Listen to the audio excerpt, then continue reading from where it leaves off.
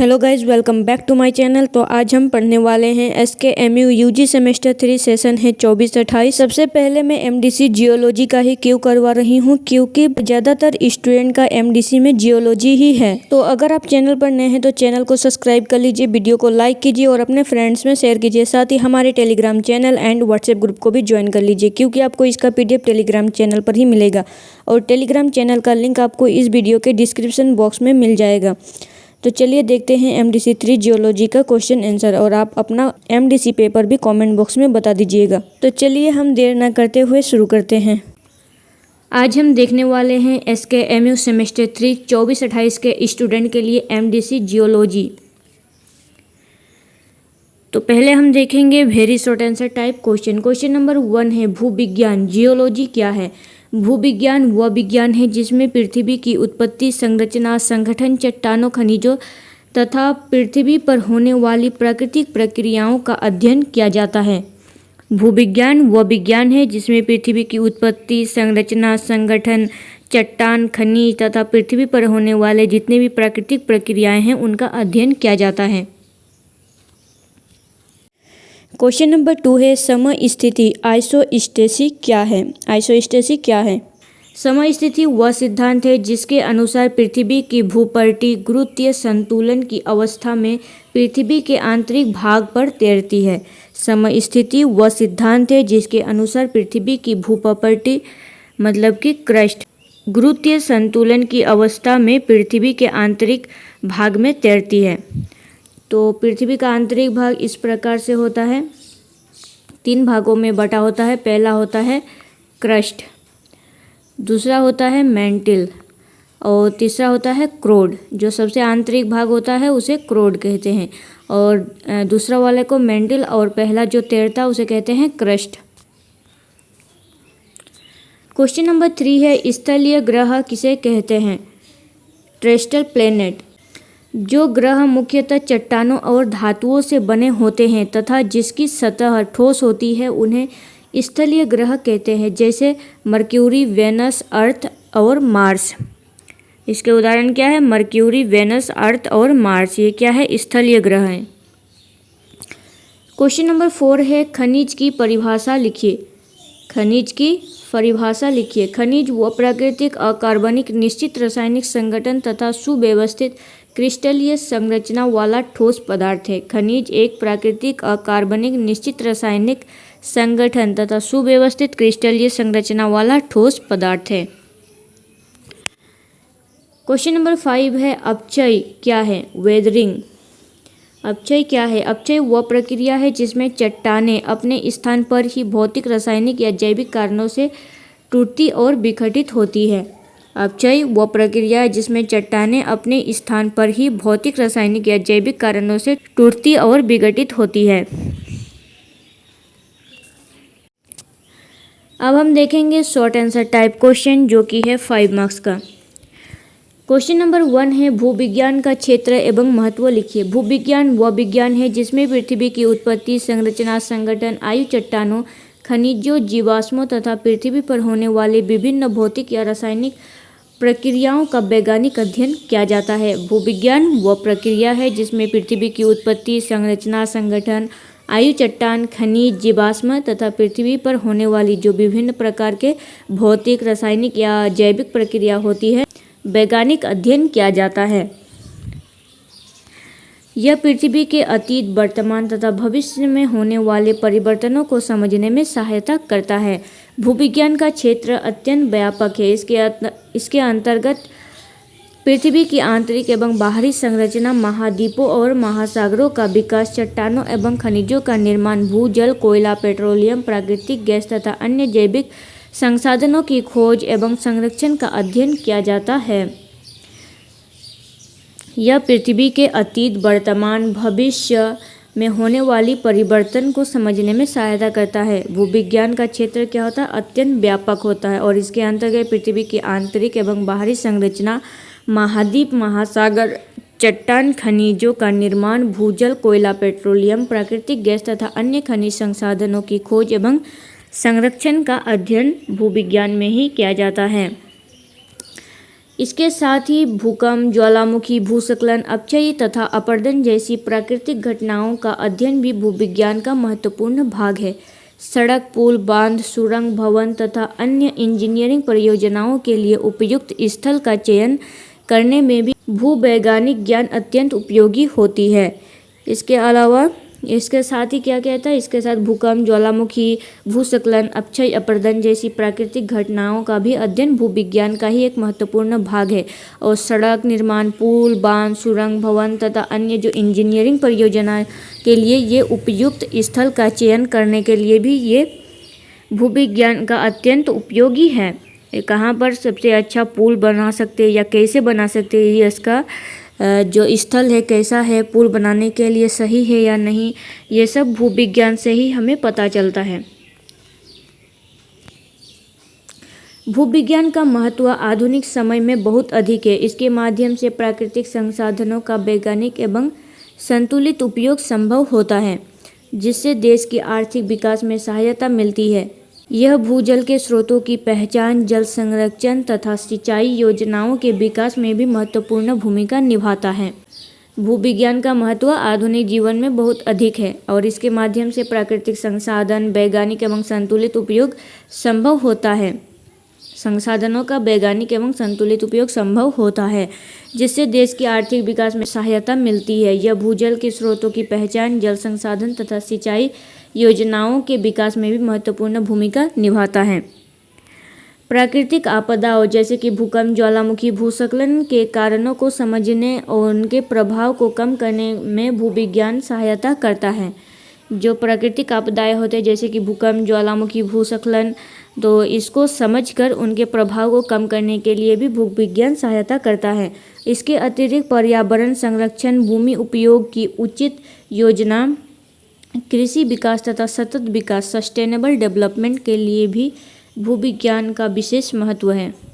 इस प्रकार भूविज्ञान केवल कृषि का अध्ययन करने वाला विज्ञान ही नहीं, बल्कि मानव जीवन, पर्यावरण संरक्षण, प्राकृतिक संसाधनों के संरक्षण तथा देश के समग्र विकास का भी आधार है। प्राकृतिक आपदा जैसे कि भूकंप, ज्वालामुखी, भूस्खलन के कारण को समझकर उनके प्रभाव को कम करने में भूविज्ञान ही सहायता करता है। और इसके अतिरिक्त पर्यावरण संरक्षण, भूमि उपयोग का उचित योजना, कृषि विकास तथा सस्टेनेबल डेवलपमेंट के लिए भी भूविज्ञान का एक विशेष महत्व है। इस प्रकार भूविज्ञान केवल पृथ्वी का अध्ययन करने वाला विज्ञान ही नहीं, बल्कि मानव जीवन, पर्यावरण संरक्षण, प्राकृतिक संसाधन का संरक्षण तथा देश के समग्र विकास का भी आधार है। तो ये था एक मोस्ट इम्पोर्टेंट क्वेश्चन, भूविज्ञान का क्षेत्र एवं महत्व। क्वेश्चन नंबर 2 है, पृथ्वी की आंतरिक संरचना का संक्षिप्त वर्णन कीजिए। पृथ्वी की आंतरिक संरचना का संक्षिप्त वर्णन कीजिए। पृथ्वी की आंतरिक संरचना, इंटरनल स्ट्रक्चर ऑफ अर्थ का ज्ञान मुख्यतः भूकंपीय तरंगों के अध्ययन से प्राप्त होता है। पृथ्वी का आंतरिक भाग मुख्यतः 3 परतों जैसे कि भूपपटी, क्रस्ट, मेंटल तथा कोर में विभाजित है। प्रत्येक परत की संरचना, मोटाई एवं गुण अलग अलग होते हैं। पृथ्वी की आंतरिक संरचना का ज्ञान मुख्यतः भूकंपीय तरंगों के अध्ययन से प्राप्त होता है। पृथ्वी का आंतरिक भाग मुख्यतः 3 परतों में विभाजित होता है। पहला क्रस्ट, दूसरा मेंटल और तीसरा कोर। मैंने अभी बताया आपको ऐसे लिख के, क्रस्ट, मेंटल और कोर। ये क्रस्ट, ये मेंटल और तीसरा वाला कोर। पहला है भूपपटी क्रस्ट। पृथ्वी की सबसे बाहरी तथा सबसे पतली ठोस परत है और इसकी मोटाई महाद्वीपों के नीचे लगभग 30 से 70 किलोमीटर तथा महासागरों के नीचे 5 से 10 किलोमीटर तक होती है। पृथ्वी की सबसे बाहरी परत होती है और सबसे पतली परत भी होती है क्रस्ट, और इसकी मोटाई महाद्वीपों के नीचे लगभग 30 से 70 किलोमीटर तक होता है और महासागरों के नीचे लगभग 5 से 10 किलोमीटर तक होता है। यह मुख्यतः सिलिका एवं एल्यूमीनियम तथा सिलिका एवं मैग्नीशियम से बनी होती है। सिलिका और एल्यूमीनियम मतलब सियाल मतलब सिलिका एवं एल्यूमीनियम जिसे हम सियाल कहते हैं, तथा सिलिका एवं मैग्नीशियम जिसे हम सीमा कहते हैं। सियाल और सीमा सियाल, सीमा और नीफे 3 होता है। तो सियाल होता है सिलिका और एल्यूमिनियम और सीमा होता है सिलिका एवं मैग्नीशियम। दूसरा है मेंटल। भूप्रकृति के नीचे लगभग 2900 किलोमीटर की गहराई तक फैली हुई सबसे मोटी परत है। यह मुख्यतः सिलिकेट खनिजों, मैग्नीशियम एवं लौह से बनी होती है। मेंटल के अत्यधिक ताप एवं दाब के कारण पदार्थ अर्धद्रव अवस्था में रहते हैं, जिनकी संवहन धाराएं प्लेट विवर्तनिकी एवं ज्वालामुखी क्रियाओं का प्रमुख कारण है। मेंटल भूप्रकृति के नीचे लगभग 2900 किलोमीटर की गहराई तक फैली हुई है और सबसे मोटी परत है। यह मुख्यतः सिलिकेट खनिजों, मैग्नीशियम एवं लौह से बनी होती है। मेंटल के अत्यधिक ताप एवं दाब के कारण पदार्थ अर्धद्रव अवस्था में रहता है, मतलब आधा द्रव अवस्था में रहता है, और जिसकी संवहन धाराएं प्लेट विवर्तनिकी एवं ज्वालामुखी क्रियाओं के प्रमुख कारण हैं। तो जो ज्वालामुखी से लावा निकलता है वह भी मेंटल से ही निकलता है, क्योंकि यहाँ पर आधा द्रव रहता है, इसीलिए द्रव अवस्था में रहता है मेंटल। तीसरा है क्रोड। पृथ्वी का सबसे भीतरी भाग है जो लगभग 2900 किलोमीटर से 6371 किलोमीटर की गहराई तक फैला हुआ है। इसका निर्माण मुख्यतः लौह एवं निकेल से हुआ है, इसीलिए इसे नीफे भी कहा जाता है। तो पृथ्वी का सबसे भीतरी भाग है क्रोड और यह 2900 किलोमीटर से 6371 किलोमीटर की गहराई तक फैला हुआ है और इसका निर्माण लौह और निकेल से हुआ है, इसीलिए इसे नीफे कहा जाता है। क्रोड 2 भागों में विभाजित है। पहला होता है बाह्य क्रोड, आउटर कोर, जो द्रव अवस्था में है, तथा आंतरिक क्रोड, इनर कोर, जो अत्यधिक दाब के कारण ठोस अवस्था में रहता है। बाह्य क्रोड की गति के कारण पृथ्वी का चुंबकीय क्षेत्र उत्पन्न होता है। जो बाह्य क्रोड होता है वह द्रव अवस्था में होता है तथा जो आंतरिक क्रोड होता है वह अत्यधिक दाब के कारण ठोस अवस्था में रहता है, और बाह्य क्रोड की गति के कारण पृथ्वी का चुंबकीय क्षेत्र उत्पन्न होता है। निष्कर्ष: इस प्रकार पृथ्वी की आंतरिक संरचना 3 मुख्य परतों भूप्रकृति, मेंटल और क्रोड से मिलकर बनी है। इन परतों की संरचना एवं गुण का अध्ययन पृथ्वी की उत्पत्ति, भूवैज्ञानिक प्रक्रियाओं तथा प्राकृतिक घटनाओं को समझने के लिए अत्यंत महत्वपूर्ण है। तो ये था दूसरा क्वेश्चन, जो पृथ्वी की आंतरिक संरचना का संक्षिप्त वर्णन। क्वेश्चन नंबर 3 है अपक्षय एवं अपर्दन में अंतर स्पष्ट कीजिए। अपक्षय और अपर्दन में अंतर स्पष्ट कीजिए। तो पहले हम देखेंगे अपक्षय को, वेदरिंग। अपक्षय वह प्राकृतिक प्रक्रिया है जिसमें चट्टानें अपने मूल स्थान पर ही भौतिक, रासायनिक तथा जैविक क्रियाओं के प्रभाव से टूटकर या विघटित होकर छोटे छोटे टुकड़ों में बदल जाती है। इस प्रक्रिया में चट्टानों का स्थान परिवर्तन नहीं होता है।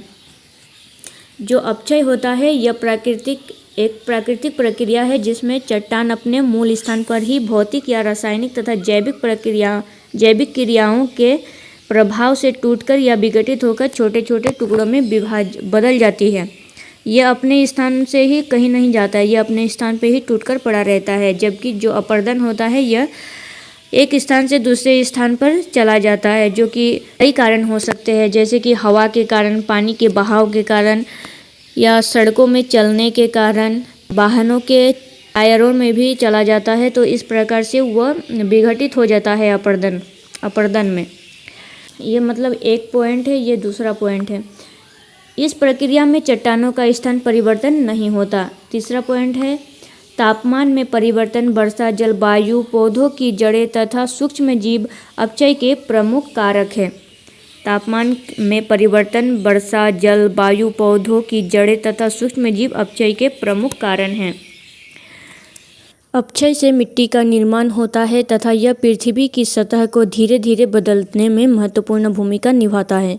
अपक्षय से मिट्टी का निर्माण होता है और यह पृथ्वी की सतह को धीरे धीरे बदलने में महत्वपूर्ण भूमिका निभाता है।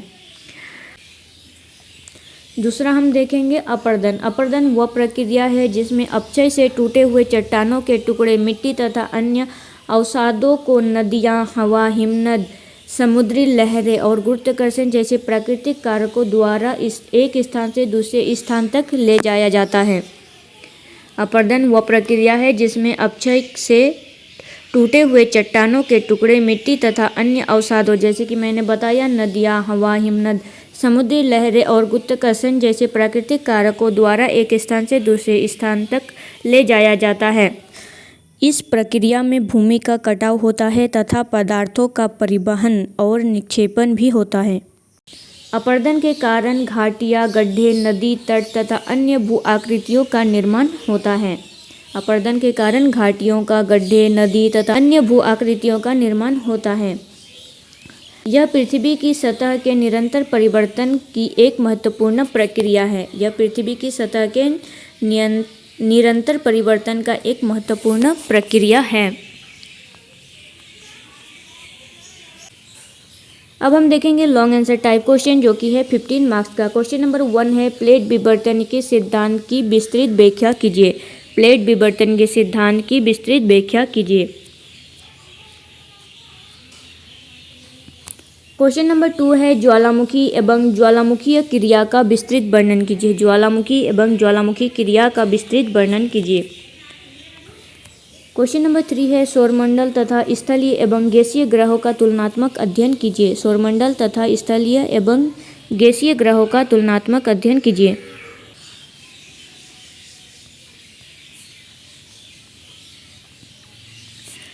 क्वेश्चन नंबर 4 है सेल, खनिज एवं जीवाश्म का विस्तृत वर्णन कीजिए। सेल, खनिज एवं जीवाश्म का विस्तृत वर्णन कीजिए। क्वेश्चन नंबर 5 है नदी, मरुस्थल एवं हिमानी स्थलाकृतियों का वर्णन कीजिए। नदी, मरुस्थल एवं हिमानी स्थलाकृतियों का वर्णन कीजिए। तो ये था most important question MDC geology का। तो अगर आपको वीडियो अच्छा लगा हो तो चैनल को सब्सक्राइब कर लीजिए, वीडियो को लाइक कीजिए और अपने फ्रेंड्स में शेयर कीजिए। तो चलिए मिलते हैं नेक्स्ट वीडियो में, तब तक के लिए थैंक यू।